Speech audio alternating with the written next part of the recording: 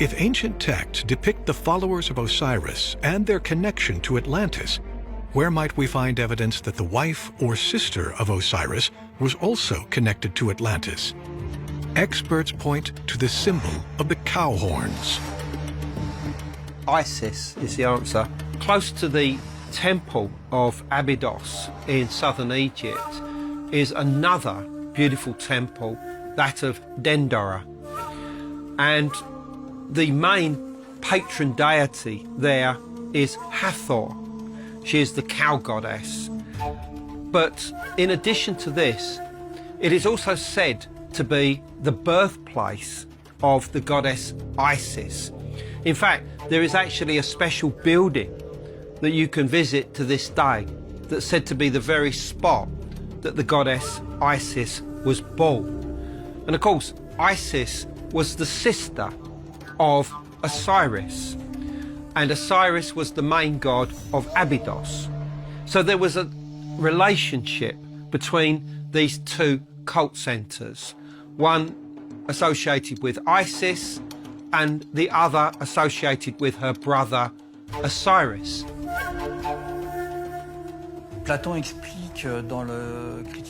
In the Critias, Plato explains that the Atlantean culture is linked to cow horns.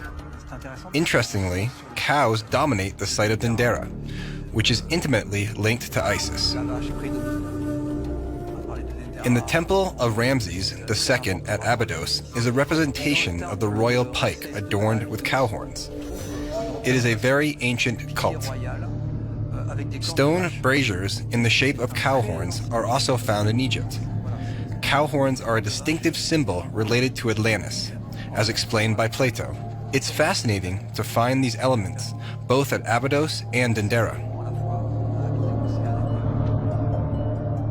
Abydos might have been the home of the god Osiris, but it is known today as the home of the cult of Osiris. Anton explains that the cult of Osiris didn't happen till after his death, and his death plays a significant role in our history and understanding of existence here on this planet. The cult of Osiris before his death is simply meeting with the god and following his teachings.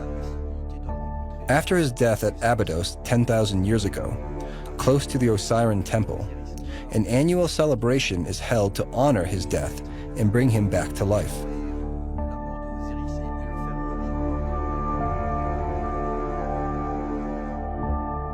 Abydos was one of the most ancient centers of worship of the god Osiris. Why? Osiris was the god of the dead god that the pharaoh became in death, obviously.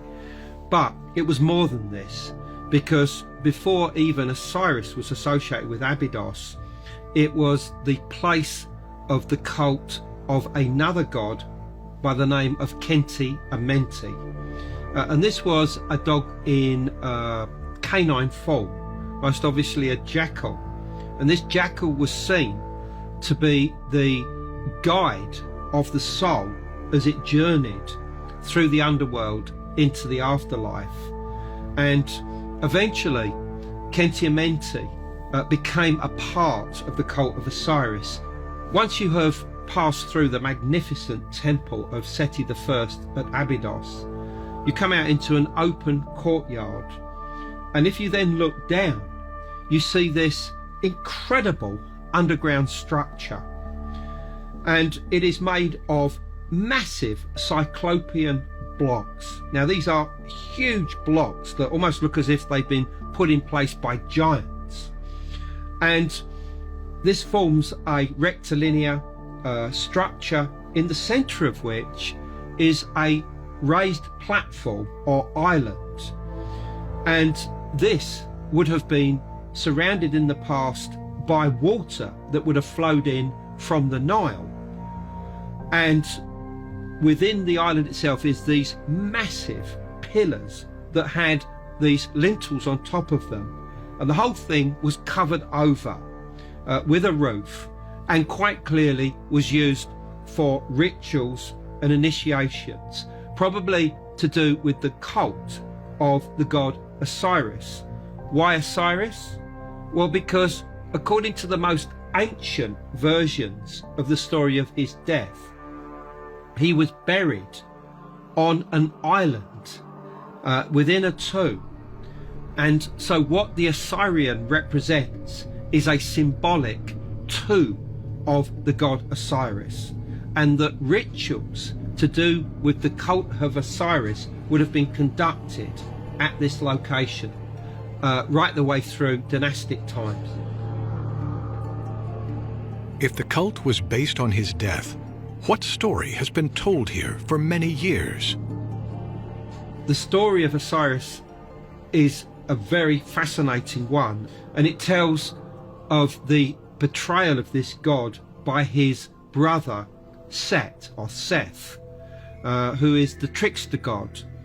And it was said that he tricked Osiris into a tailor-made coffin, which was then nailed down and thrown into the River Nile. And of course this killed Osiris, but that his sister and wife Isis came along, found the body, and was able to resurrect the god. But then Set himself found the body once again and chopped it up into 14 parts, and those parts were sprinkled throughout the whole of Egypt. And here, the plot thickens.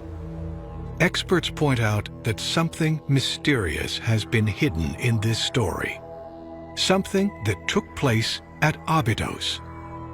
Experts point to a mystical system which holds the key.